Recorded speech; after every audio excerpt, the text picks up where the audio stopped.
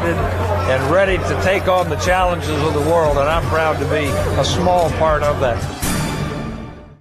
You go in there, you just put your, it will be connected to diagnose hardware tools. For example, for the cars or for the vehicles, we'll use a Bluetooth connector.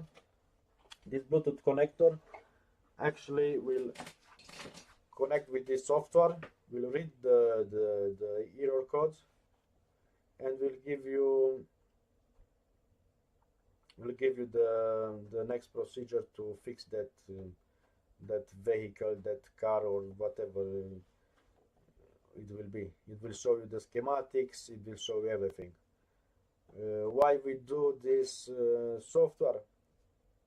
We have like about 40 terabytes of data, of repairing data, which I work on it for the last 20 years. I'm creating, yes, manuals for all the tools in the world, and this put together, it will give us like an AGI power of data, and that power of data will bring us where nobody in this moment in the world could get, because this data is expensive and you cannot find it, you know, from today to tomorrow. This data you need, I mean, I have my hard disks stored in several places which I need to go and search for it and put them together and get the data. But this data is essential to get to the AGI point with these models. And I mean, I'm not looking to create an AGI that will probably, even the AGI will be specific. We talk, yes, the ultimate brain, but even the AGI will be specific, the ultimate brain of that sector, you know. So in this case, we'll use this to train this data, to train our models, and to actually make them not only useful for the sector we build, but to build themselves and repair every what I can say, it could repair all the tools in the world. This is what I mean.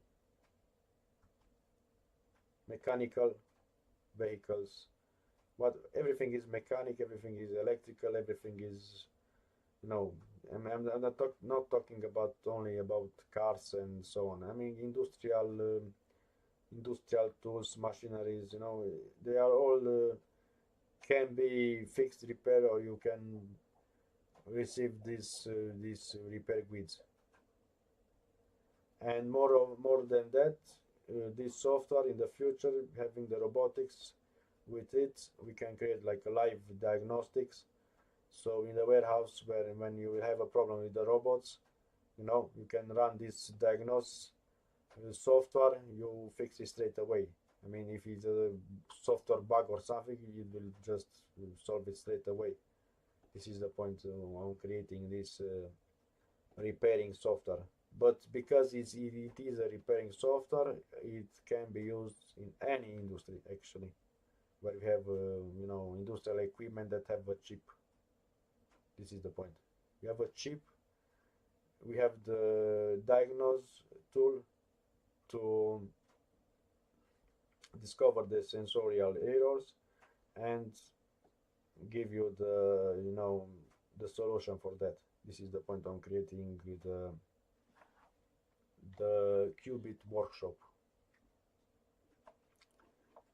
This was one of the things we are building, and I want to let you know that you are into it. But you know, I have 40 terabytes of data. We have, because it's a lot of data that is not only mine, and is zipped, you know. It's a lot more when we decompress everything. Okay. And like I said,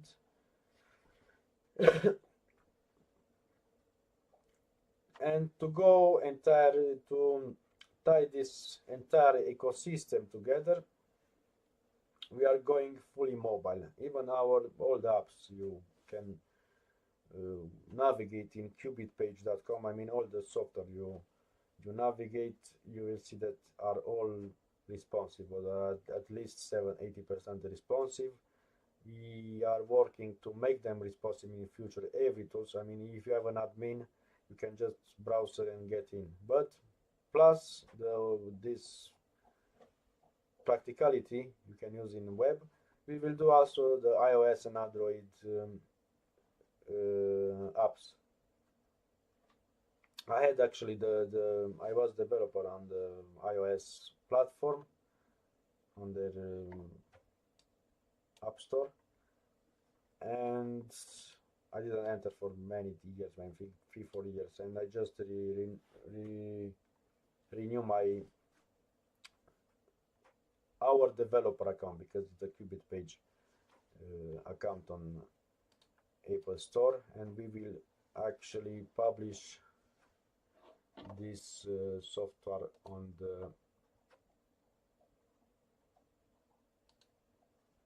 their website as well.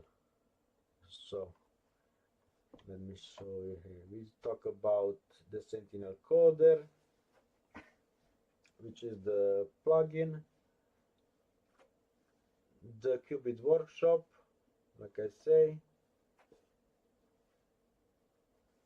local AI training. Yes, we are doing some models. I mean, these are just testing some models because I want to build specialized models for various things. I mean, if it is a little thing to solve, is no point to put a bigger model. For example, a 7 billion model for local Carphacom shop. Train I don't know 1 billion. We will use it just to train the Medusa and all the stuff. Think about how specialists will be in that field. This is what we're working right now actually. And like I told you, the Qubit workshop, the diagnostic AI, universal AI mechanics for vehicles, all vehicles types, Bluetooth ODB integration, live diagnostic data, step-by-step repair instruction and schematics, covers automotive, industrial and heavy machinery, works offline with local Sentinel model. So I guess you understand now where I'm going to all this software, because once we have the robotics, we need diagnostic systems, specialistic diagnostic systems to understand everything which is sensorials and motors and so on. So creating this diagnostic system, we get the tech brain in place to develop everything. I told you we have 40 terabytes of uncompressed data, so when will be is compressed data, and when will be uncompressed, it will create the next technical thing in the world. I'm very sure about. Then of course I told you the application, iOS and Android. Then we get there as well, the Sentinel factory. Let me show you also the factory. You want to see the factory? We have the factory in here.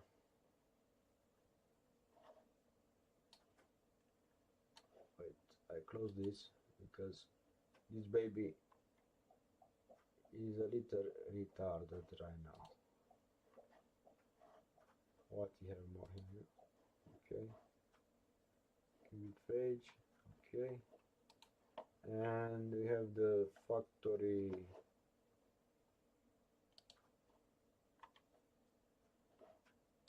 Sentinel factory. So this is how the factory will look.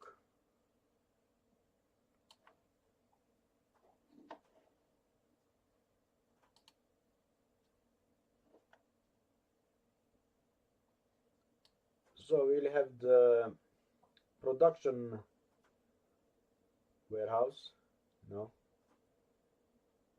where we will build the robots, as you can see.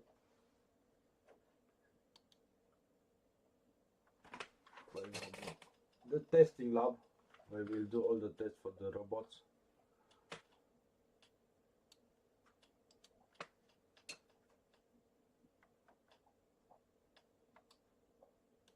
The clean room, the warehouse, where we will train to pick up the orders.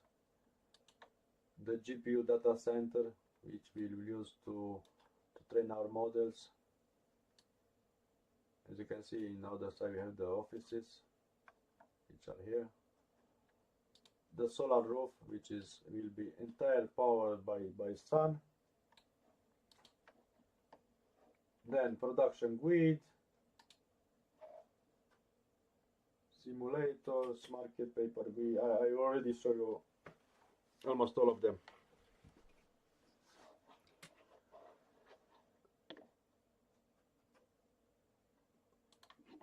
Okay.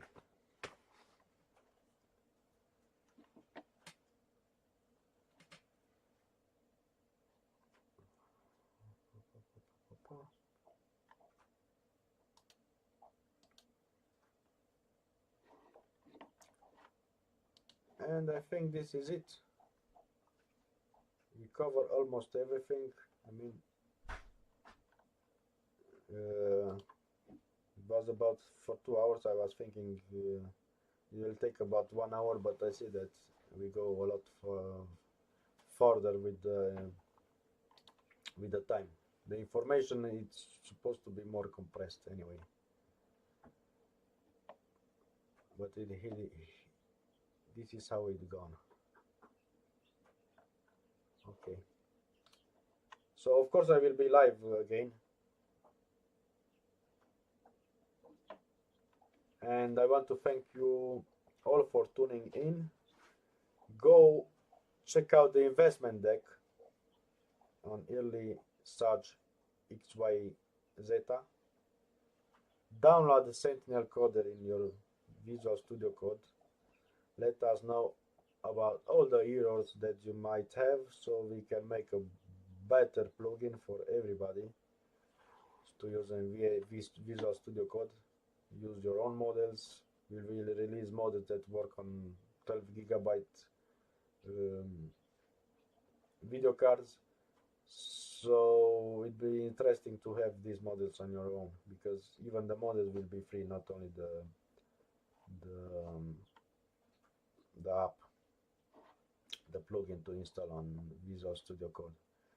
And of course, keep an eye the Vultr marketplace for the one click to deploy. I mean, Carphacom will be on Vultr,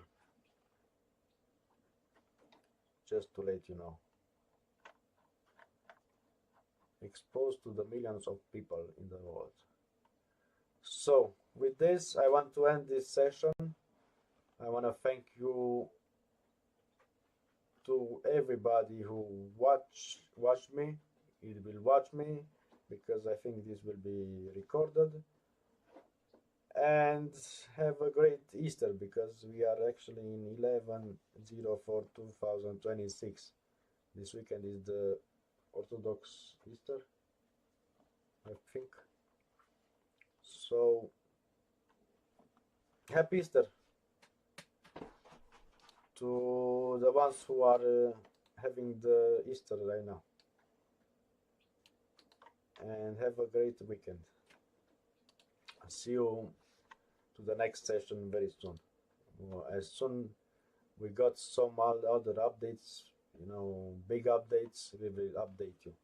But probably when we will publish on Vultr, because right now the next big thing is to prepare now the software for the Vultr platform, so we can publish it, so you can use it, and we'll see you then. Happy AIing, or how we can say.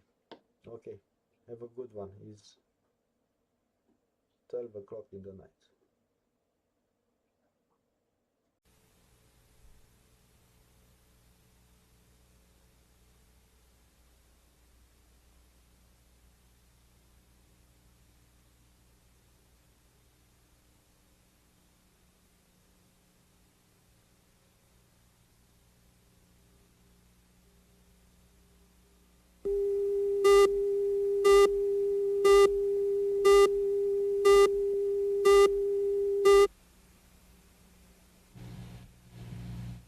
Welcome to the Computer Chronicles. A computer that can talk thanks to a built-in speech chip. A computer with exceptional graphics and sound capabilities. A computer that can do multitasking. It's called the Amiga 500, and at under $1,000, some say it's got the best price-performance ratio of any computer on the market. Today we take a look at the Commodore Amiga on this edition of the Computer Chronicles.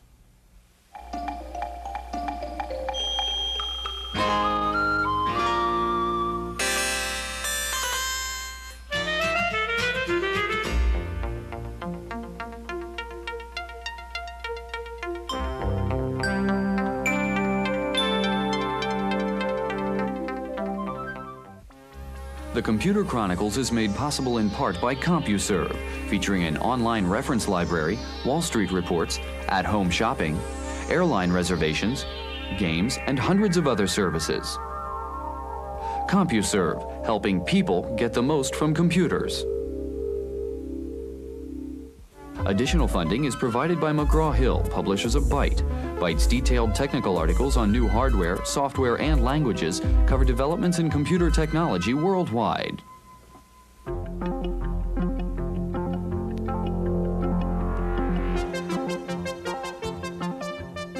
Welcome to the Computer Chronicles. I'm Stuart Chaffee, and this is Gary Kildall. Gary, I'm playing a game called Interceptor here from Electronic Arts. It's a new F-18 flight simulation game written for the Amiga, and as you can see, the graphics and the sound are spectacular in this thing. When you talk about the Amiga, one tends to talk about graphics and sound. It's a pretty good general-purpose computer, but it's kind of the Rodney Dangerfield of personal computers. It doesn't get very much respect among the IBMs and the Macs of the world. Why is that? Well, Stuart, part of it is the Commodore heritage. The Commodore brand name is associated with the low-end computers. When it first came out, it was pitted up against the Atari 520 ST. 520 ST was about $500, and this came out at about $1,500, so it really didn't match up. And moving up market is difficult because, of course, there's distribution channels that they didn't have established. There's a accumulated software base we found with the Mac and the IBM PC, and the Amiga just didn't have that. Now we're starting to see some really good software being written for the Amiga, so that situation may change. Okay, Gary, we're going to take a look at the new Amiga 500 and the Amiga 2000, and we'll see some of the new exciting software that is being written for the Amiga. We're going to begin by going to Oakland, California, and taking a look at a man who uses an Amiga plus DigiView and Deluxe Paint to make a living as a professional photographer and designer. Larry Keenan is a San Francisco photographer who has added the Amiga to his collection of photographic equipment. Working with a video camera, a digitizer, and a software package called DigiView, Larry can create new images directly on screen. Basically, it was a logical extension of my business because I work with a lot of different elements in photos. That the digitizing process was like another brush. It's just another technique. It allows me to take a photograph that I've already have in a stock file and resize it, take out elements. For instance, you have a favorite photograph that you want to use for something, and it's got telephone lines all in it, it's got cyclone fences, lots of problems. And you can go in and you can digitize these areas out. Larry is well known for his ad work and magazine covers, and increasingly for his artwork decorating software packages. The computer gives him a definite advantage in dealing with the deadlines imposed by commercial work, and it lets him be more independent.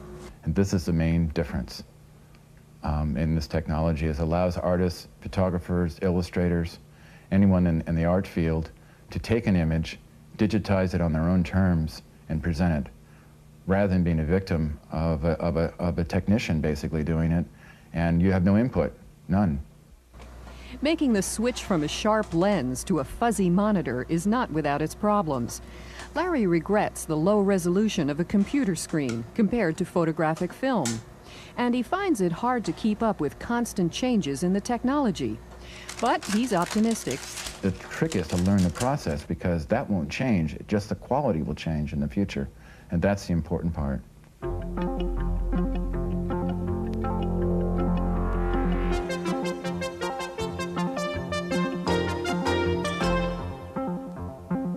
Joining us in the studio now is Heidi Turnipseed. Heidi's an animator with Five Rings Company in Southern California. Next to Heidi is Adams Douglas, Director of Product Development with Micro Illusions in Southern California. Gary? Heidi, you're now using computers to help you with classical animation techniques. Why did you choose an Amiga over an IBM PC or Mac? Well, it was advertised as having full animation capability, the blitter technology and the four-channel sound, the 4,096 colors, and the very reasonable price were all factors. Good. So the graphics really drew the machine, though. Absolutely. Right? Okay. Now, you have a program here, a Photon, I guess, that you're using for your animation. Can you show us how it works? Here's an animation pencil test that I shot of my 10-drawing cycle of a galloping horse. And I'm able to test the animation at home, alter the drawings, redigitize them, and save them back to disk until so I these black and white polished drawings are not drawn on the machine itself. They're done externally then. That's right. Okay. And what was your next step after this? At this point, I animated a rider on a separate level, digitized that, mapped it onto the galloping horse frames, saved them separately so that I can always refer to a horse alone if I want to, and then I called them up in a paint program and colored them. Could you pull that up for us? And while you're loading that version, Adams, let me ask you about the software she's using. What's it called and how does it work? Okay, this is the Cell Animator module of our Photon Video line of products, and they're a set of modules you can use for various video applications, either at home or professionally. This particular one is a tool for animators to use to arrange frames, play them back in any order, reload them, edit them, and it does support all of the graphics modes available on the Amiga. With any type of memory you might have, it'll dynamically adjust to that. Now, Adams, there's usually graphics pictures that take an awful lot of storage, so how much memory does it require to do animation? Usually you can fit on an 8 megabyte Amiga, which is what we got sitting here. Depending on the graphics mode, if you're in pencil test mode, which is takes up the least space, you can fit well over 1,000 frames. Oh, okay. And the longer, more complex colored sequences, you can it goes down to like 100 frames. But you have great versatility in the way you can play those frames back out, so it's not as much of a constraint as it would be if you were only playing it back on the screen. Heidi, how are we doing with the next generation of the horse here? Well, we've loaded up the last frame. And? I'm going to call it up here. And here we have the full color version of the previous scene. Now, how do you do the coloring process here? Do you color each individual frame? Yes, I do. Okay. And I have the capability of filling a shape and incorporating the line around the outside of the shape so that the line is actually a deeper shade of the fill color. This is something that is impossible due to the man-hour requirements were it to be done in traditional cell animation. Now, how about the video, excuse me, Stuart, how about the video output from this? Is this commercially usable, like for broadcast, for example? Well, apparently with a third-party Genlock product that has just come out on the market, it is. And I'm going to be anxious to test that myself. Heidi, you've got another demonstration with a background in it. I want to ask you to load that up also now, and I want to ask you one more question while Heidi's doing that. What kind of hardware configuration do you need to run something like Photon Cell Animator? It will run on a standard Amiga with, we would recommend at least 1 megabyte of memory, and you could load... You could run it on a 500, you're saying? Oh yeah, you could run it on a 500 easily. There's no special hardware video requirements. Those are added as options depending on what you want to do with what you create. Okay, Heidi, what do we have now? What we have here is a full color animation sequence that I built from my original pencil drawings using the Amiga computer. I utilized the computer to color each frame, pick them up onto the full color background that I painted using the Photon paint program, saved each discrete frame to disk. There are 80 frames here, and colored each frame myself in the computer. Okay, very nice. What does this mean to the animation industry? Well, it means that I, as an individual classical animator, can produce my own full-color animation sequence in my own home. All right, so you can be competitive with big studios. Huh? You bet. Heidi, thank you very much. In just a minute, we'll take a look and listen to the music capabilities of the Amiga with a hot new program called Music X, so stay with us.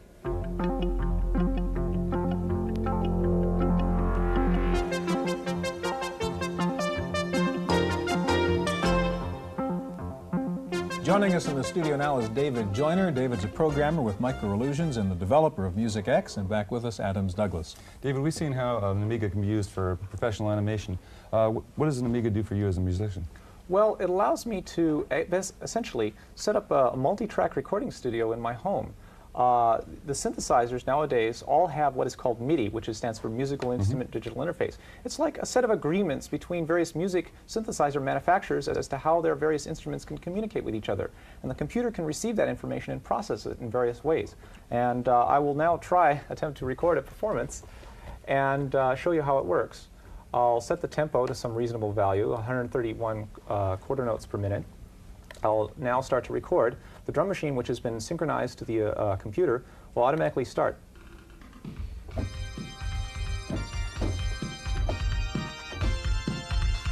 So now you're making a digital recording then.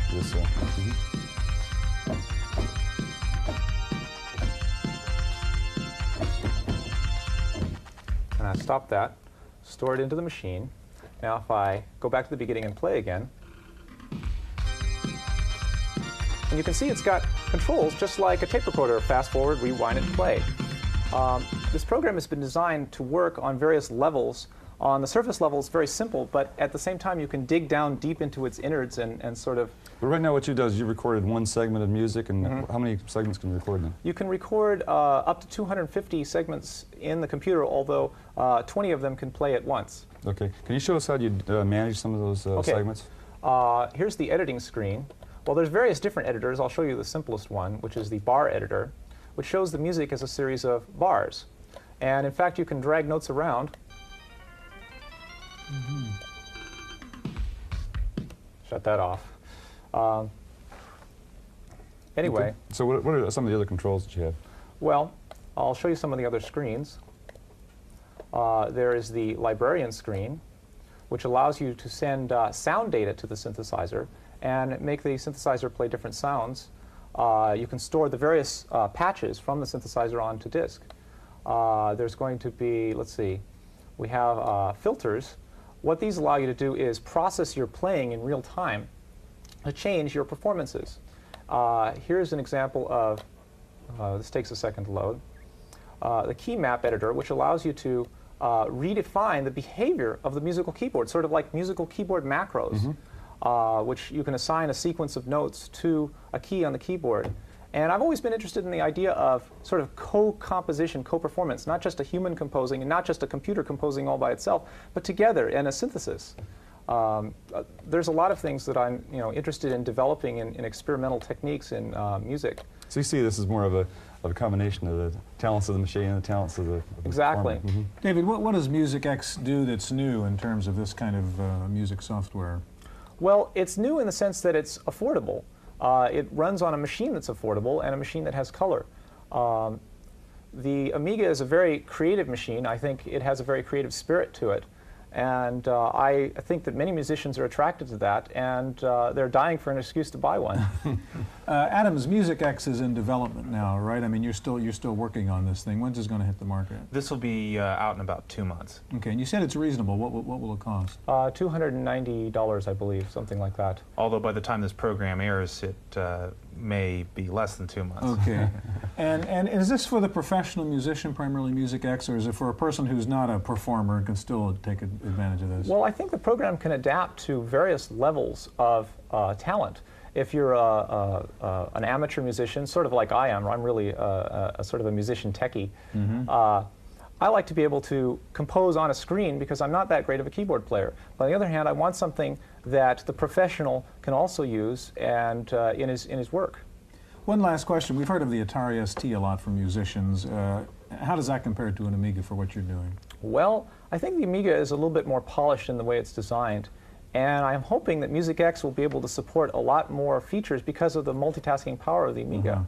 David, Adams, thank you very much. Now we know about the music and graphics capabilities of the Amiga. There are also scientific applications on the Amiga. Wendy Woods has a report from the Smith Kettlewell Eye Research Foundation in San Francisco. Now you see it, now you don't. The letter E vanishes when the motion stops. In this experiment, the lines with the black squares appear to be crooked, but when the color is changed to green, they are straight. These are two of dozens of visual experiments being conducted at San Francisco's Smith Kettlewell Eye Research Foundation, where a team headed by Dr. Ken Nakayama is studying human visual perception, and specifically how motion is involved in helping us to see. Dr. Nakayama creates these experiments using Amigas, running deluxe paint software from Electronic Arts. Well, the Amiga, especially at the time that it emerged about 2 years ago, was really the only thing on the block to do the kind of things that we wanted to do. It has a really great graphics capability, as you're probably aware. It has special hardware which enables you to move images around without even the CPU knowing it's happening, essentially. So you can just do things very, very fast. You can't do it on the previous machine. Dr. Nakayama feels that Amigas and micros in general are opening a whole new field of vision research. The motion that you can achieve on a computer screen simply cannot be duplicated by standard eye tests. People here are pioneering the use of low-cost micros with technically sophisticated graphics in vision research. And eventually, these Amiga graphics experiments may end up in clinical settings to test actual patients with vision problems. In San Francisco, for the Computer Chronicles, I'm Wendy Woods.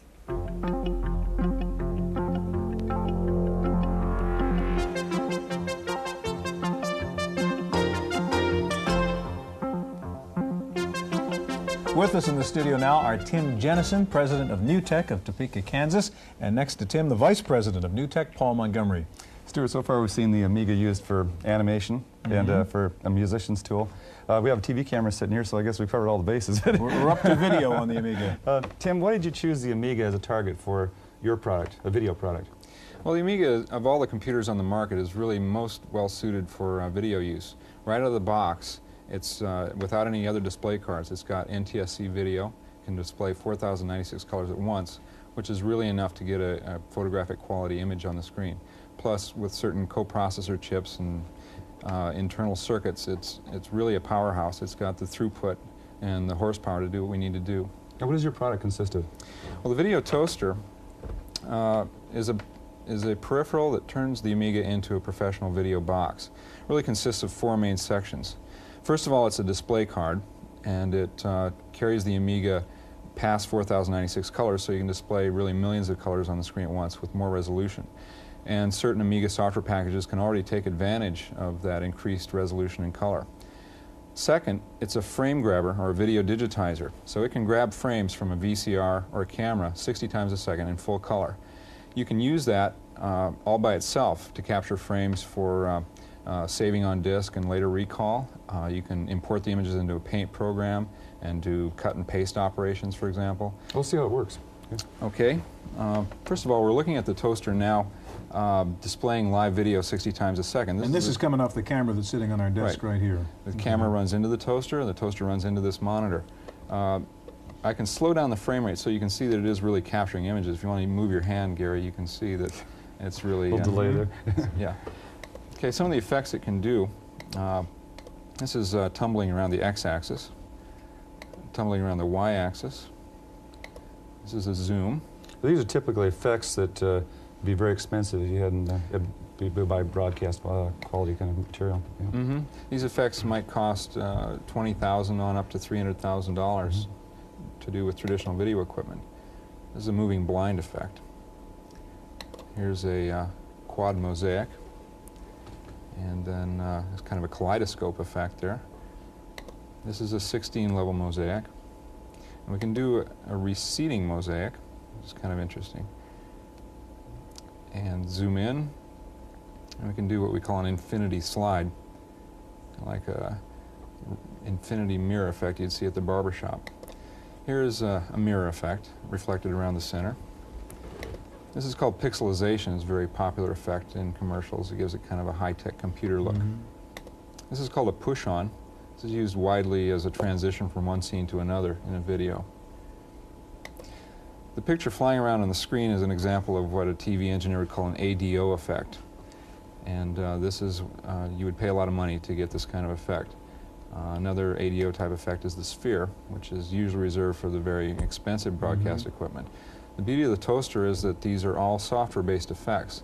So the more software we write for the toaster, the more effects it'll do. Paul, who's the customer for this kind of a board?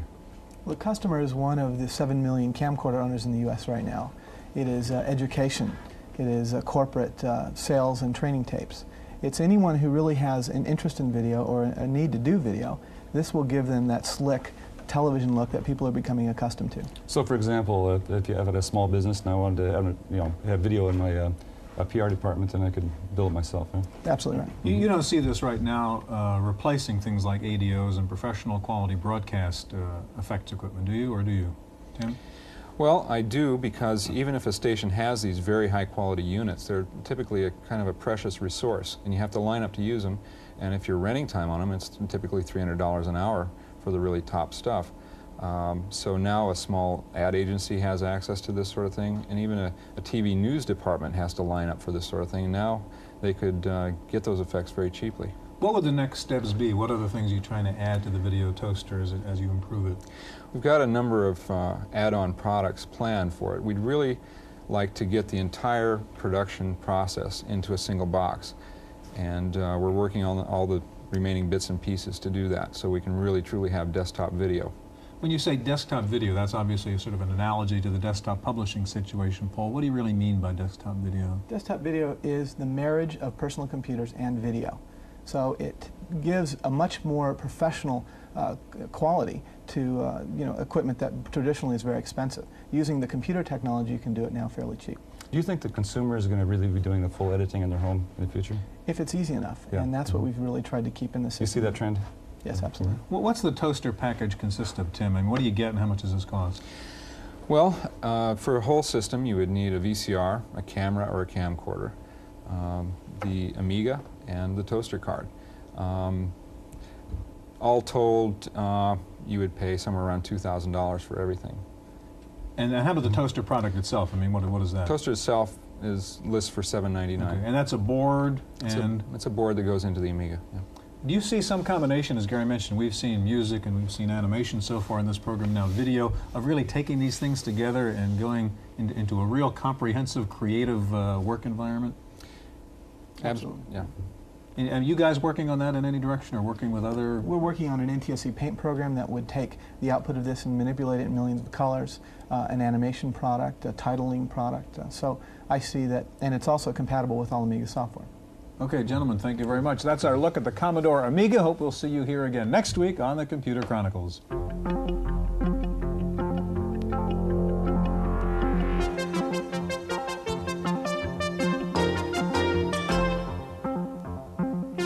In the random access file this week, yet another company has announced a rewritable optical disc storage system for PCs. But this time, Advanced Graphic Applications of New York says it will actually ship its system this November. The rewritable laser disk drive will have 650 megabytes capacity and use 5 1/4-inch disks. The company says the drive will operate as a standard DOS peripheral. The price is $5,000. Apple says it'll be coming out with a fix for its new version 6.0 of the Mac operating system software. The new version, dubbed 6.01, is due out any day. A variety of bugs showed up in 6.0, and the new release contains 19 patches that reportedly correct the problems. Software maker Broderbund has announced a new venture with 11 Japanese partners to convert successful Japanese software titles to popular American computer formats. The new joint venture, called Kyodai Software, will be based in San Rafael, California. They're promising 12 new software titles in the first year. Symantec, most well known for its MS-DOS programs such as Q&A, has unveiled 5 new software packages for the Macintosh. The programs include a planning, writing, and presentation package called More2, an electronic mail system called Inbox, and 3 program development packages in C and Pascal. Time for this week's software review. Here's Paul Schindler. You know, a blank spreadsheet can be anything, but above all, it's intimidating. It is, in short, a tool so flexible that it's useless, kind of like a personal computer without software. Microsoft Excel can sometimes seem that way, as can any electronic spreadsheet. What do you do with the blank screen? Enter Heiser software. For $4, you get a floppy and a catalog listing more than 500 templates and macros which can help you figure out how to make the most of your spreadsheet. Like this guided tour of Excel. It's self-written in Excel. It shows you how you can take advantage of the software's power. Or there's this income tax worksheet template from the sample disk. It sure beats writing your own from scratch. Each of these came from another user, like you, who felt it would be useful. They send it to Heiser, who charges customers from $5 to $50 and shares the proceeds with the authors. So spend $4 for the sample disk, or see if Heiser wants to distribute your template. Microsoft Excel templates from Heiser Software in Pleasant Hill, California. For the Computer Chronicles, I'm Paul Schindler.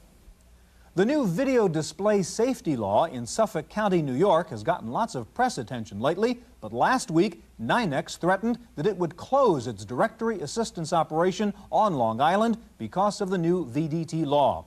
NYNEX says the law imposes unnecessary costs on the company, which would have to be passed on to consumers. The Suffolk County VDT law requires employers to provide visual rest breaks, non-glare screens, and free eye care. Computer researchers at Carnegie Mellon University say they've come up with a new sophisticated speech recognition system that can understand any human voice speaking at a normal, rapid rate. The system is called Sphinx. It currently has a 1,000-word vocabulary. Finally, scientists at the Hughes Research Lab in California say they've developed a prototype for the first three-dimensional stacked microprocessor. The chunk of silicon is about the size of a tuna fish can. It includes 1,024 separate processors in a 32 by 32 array. The researchers say they hope to build a 3D chip with more than 16,000 processors that could have the power of the world's largest supercomputer, but use only 50 watts of power and be small enough to fit in your hand. That's it for this week's Random Access. We'll see you next time. The Computer Chronicles is made possible in part by CompuServe, featuring an online reference library, Wall Street reports, at-home shopping, airline reservations, games, and hundreds of other services. CompuServe, helping people get the most from computers. Additional funding is provided by McGraw-Hill, publishers of Byte. Byte's detailed technical articles on new hardware, software, and languages cover developments in computer technology worldwide. For a transcript of this week's Computer Chronicles, send $3 to PTV Publications, Post Office Box 701, Kent, Ohio 44240. Please indicate program date.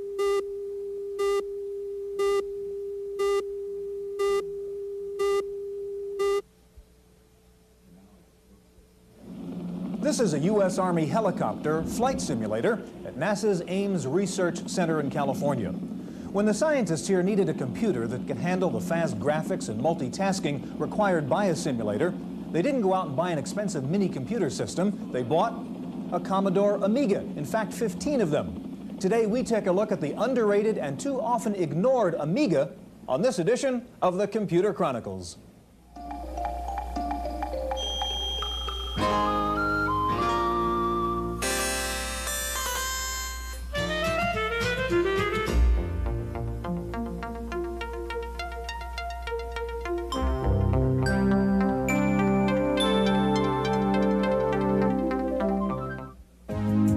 Chronicles is made possible in part by McGraw-Hill, publishers of Byte magazine, and BIX, the Byte Information Exchange.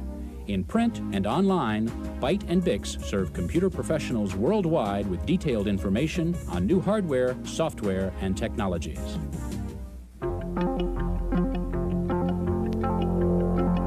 Welcome to the Computer Chronicles. I'm Stuart Chaffee, and this is Gary Kildall. Gary, this is an optical worm drive, and with something called a handler, you can get a gigabyte of storage in your computer. These are 3D glasses used with a very high-powered CAD program. What's interesting about both these peripherals, they're not for a Mac 2 or a 386 PC, they're for the Commodore Amiga. Okay. Gary, I get a lot of letters from viewers complaining about the fact that the computer press seems to ignore the Amiga. Why is that? Well, Stuart, I guess part of it's got to be the genealogy of these machines. Both Atari and Commodore, with the Amiga, of course, are thought of as game machines, and over the years, the power of these machines has increased tremendously. And of course, they still maintained a fairly low price. Now, that low price has been sort of a negative in a sense. People are wary. Yeah, right. They're really getting all the computing power they really need. But there have been some especially good niche markets that these machines are applicable to. For example, video. Amiga handles video very, very well. And of course, the other factor is the marketing power of IBM and Apple in the United States. And machines like this tend to have more success than outside the United States. Gary, we're going to take a look at the latest Amiga hardware, the 2000 HD and the 2500. We'll see new Amiga applications from games to multitasking, and of course we'll take a look at graphics, music, and video on the Amiga. Many people buy an Amiga because of its graphics or video capability, but they soon discover the rest of its power. That was the case with some scientists at Stanford's Linear Accelerator. We have a report from Palo Alto, California. About 30 miles south of San Francisco is the Stanford Linear Accelerator, a 2-mile-long shaft buried deep underground, where high-energy particles are propelled at almost the speed of light. The particles collide in large detectors, where the resulting explosion creates several million events. To sift through that mass of data and extract the useful information requires staggering computing power, as databases containing that information will soon approach 1 trillion bytes in size. Recently, theorists and researchers at the center added Amigas to their number-crunching mainframes, principally as graphics terminals and for multitasking. The Amiga was unique in that it was a multitasking machine, and we realized that early that could create an environment where you would always be on the mainframe if you wish to be, sharing the mainframe, and still have a machine which acted not as something independent, but rather as a symbiote off the mainframe. Dr. Weinstein uses his Amiga to juggle up to 4 different programs running on either the mainframe, the Amiga, or both. He can take advantage of the Amiga's color graphics and the mainframe's calculating powers simultaneously. A locally written terminal program is compatible with the Rex language operating on the mainframe, so documents can be transferred seamlessly from mainframe to Amiga and back. For Dr. Weinstein, it's a way to bridge the best of 2 inherently different worlds. One is always going to be living with a mainframe. So what I want is something that will symbiote off that mainframe, will make my life as pleasant as it is to work on a microcomputer, but allow me to use that when I'm on the mainframe too.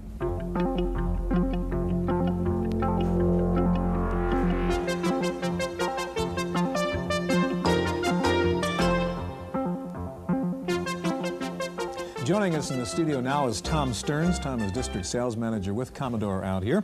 And next to Tom is Lou Wallace, contributing editor of Amiga World magazine. Gary? Lou, you're a fan of the Amiga system. Why do you like Amiga better than, say, an IBM PC or a Mac or something like that? Well, I guess I could just say it's more fun, but it is that. But it's also more productive. It enables me to do things that I simply can't do with other computers. Whether that's like what? Whether it's running more than one application at a time, or whether it's playing a game, or whether it's doing both of those at the same time, or video applications. There simply isn't another computer available on the market that can do the range of tasks and functions the Amiga is capable of. Lou, what do we have here? What kind of configuration is this? Just give us an idea what's inside the box. Well, this is the Amiga 2000 HD. This particular model is a 3 megabyte machine. It has a 40 megabyte hard drive auto boot system. It with the graphic resolutions of 320, 200 to 640, 400, 4,000 colors, speech, multitasking. And processor is what? That's Motorola 68,000, running at approximately 8 megahertz. Right. Good. Tom, now you've got a game that demonstrates the graphics, right? In the yeah, I have a couple of games today. Okay. Both games are very different and show off the machine to its best degree. And the first game is called Menace, and it's a true arcade quality style game. It's well, let's go take a look at it. Yeah, Tom, I understand Lou's a pretty hot Menace player. Okay. Well, I'm going to ask you to describe it, but to turn the mouse and the pad over to Lou. Okay. Now I'm on the spot. You're on the spot now. Here you go. Okay. Okay. And if you can get it going, and maybe give us play-by-play, Tom, as Lou starts to play, and tell us what's going on here. Okay. The object of this game is to capture the planet Draconia. Okay. As you can see, it's done in full overscan, which means that the entire screen is being utilized for this particular game. Okay, you playing, Lou, or what? I'm waiting to attack. Oh, here we go. Okay, so where are we? So you try to stay alive through the entire game. Okay. It's got great sound. Okay, is this underwater, Lou? Is that what's going on? Yes, this is the undersea attack. So just this portion of the game is underwater. Others take you elsewhere on the planet? There are 6 different levels, each one, I think, better and better graphics and more interesting creatures. Lou, Tom, rather, you were about to talk about why this is a good example of great graphics. What's going on here? You mentioned the full scan, the overscan. Right. It's got full overscan. It's got great scrolling technique, terrific colors, great animation. It's really multi-layer scrolling going Absolutely. on there. Yes. How do these Amiga games compare with the arcade games? Most of the Amiga games have been ported over from the arcade community. Lou, actually, you were mentioning you think some of the Amiga games are actually better than the arcade games. I think some of the later ones really surpass even the most contemporary of coin-op games. Well, these graphics are pretty hot, that's for sure. You lot. Oh, watch out. What's this? Oh, the enemy multiplies there. Lou, you're hot. You should see me with a rapid-fire joystick. I know you could play this game for a long time, Lou. How far have you gotten in this thing? I've actually made it to the last level, attacking the last master alien. You're a super menace. I've never gotten the last creature yet, so, but maybe tonight. It's a good thing your name isn't Dennis, I'll tell you that. Yeah. Tom, I'm going to ask you to dump out a menace and get battle chess up, okay? Great. And while you're doing that, tell us about battle chess, Lou. What kind of game is that? Well, battle chess is your typical chess game. I mean, it's you know, you play chess against a computer or against another opponent. The difference with battle chess from more conventional computer chess games is that the game is in 3 dimensions, 3-dimensional board with animated chessmen, and they walk. You know, they have sound effects. Each one attacks, it captures the other piece in a very characteristic and humorous manner. All right, Tom, we have battle chess up on the Amiga now. Show us how this works. Okay, we're going to have this knight overtake the blue knight. Okay, so the red knight's going to take the blue knight. Correct. This would be a normal chess move, right? It's a knight move capturing a knight. Yes, it is. Great graphics. Okay. Great sound. Okay, but in this game, they actually beat each other up, huh? The final outcome is preordained, just like in normal chess, but you get to watch a little humor. Some of them are very creative. This is right out of Monty Python. Chops his arms off and his legs off. Ouch. Lou, does this have value, you think, to encourage kids to play chess because of the graphics? It certainly does. I mean, I've caught my children with books on the rules of chess, learning how to play, just so they can play battle chess. All right, what happens next, Tom? We have to wait until they finish their... Okay, so you're waiting for the knight to die? One more leg. Yes. There it went. Okay, blue knight is gone. Okay, what then he happens? disappears. Okay, so the knight's gone. Now you're going to do a blue move? Right. Okay. So you actually hear the pawn walk into the next square. And then we're going to take the rook over to the queen. Okay, so what, red rook is going to take blue queen? Correct. Okay. Oh, it has to access the disk to find that graphic. Is that what's going on? Right, we don't have this on our installed. Lou, you were mentioning this is something like what was in the original Star Wars movie, right? That's right. Remember the Wookiee and the droid were playing, and the creatures would actually fight on the chessboard. Okay. King Kong. This is the best part.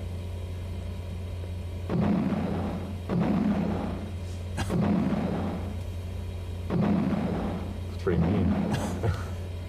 Poor queen. Wait.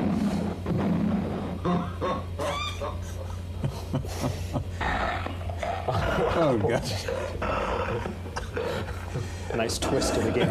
Nice twist to the game. Chess used to be a nice intellectual game, guys. What have you done? A new level of class, you know.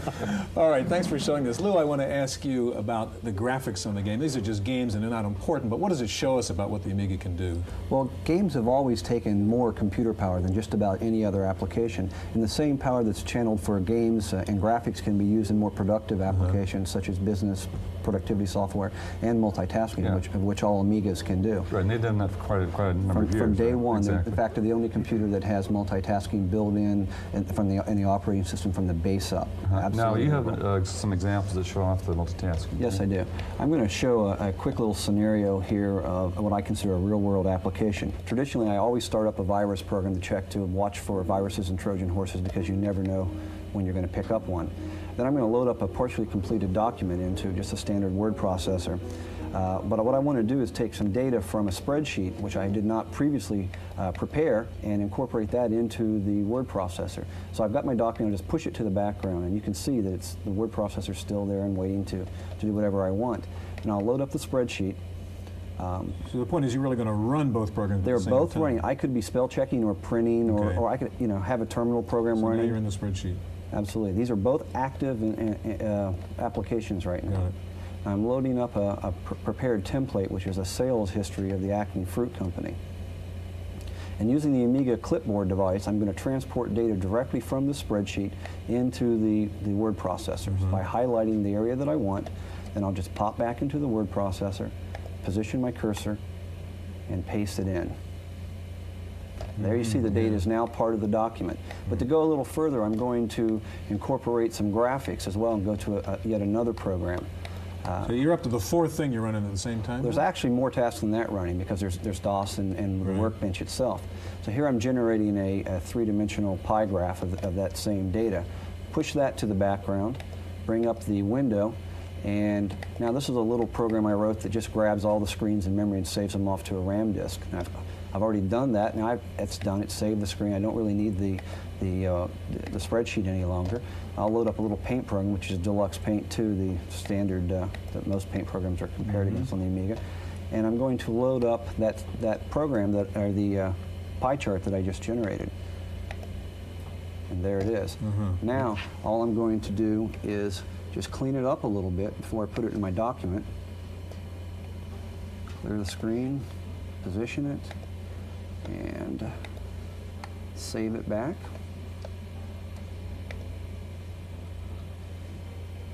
All right, through with that program.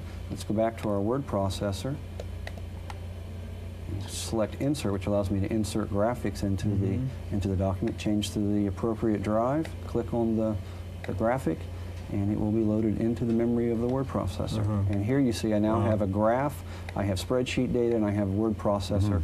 They all were active, and I was extremely productive. I did not have to stop what I was doing. I was able to work in the more human stream of consciousness, getting the work done the way my mind was working. And the Amiga allows you to do that. That was a great demo. Lou, Tom, thank you very much. In just a minute, we're going to take a look at Deluxe Paint 3 for the Amiga. We'll also take a look at Video Effects 3D. First of all, though, if we're talking about the Amiga, we have to talk about its music capability, and Wendy Woods has a report on that. E, also known as Eric Myers, and Mike Kingsley are in a band called Me. They do their composing in E's converted garage on a variety of electronic musical instruments, all controlled via a MIDI interface by an Amiga. Why an Amiga? It's reasonably priced. The software currently available fits their needs. And the custom sound and graphics of the Commodore machine, they say, set it apart from the rest. As computers are in the past, they're blind and they can't hear. This computer, I believe, is the first human-like computer in that it can see and it can hear, in that it can take in a sample of sound, it can take and digitize a picture. And what that's going to be great for is it's going to be great for art, it's going to be great for being able to express yourself. The software used to create this music is called Texture from SoundQuest.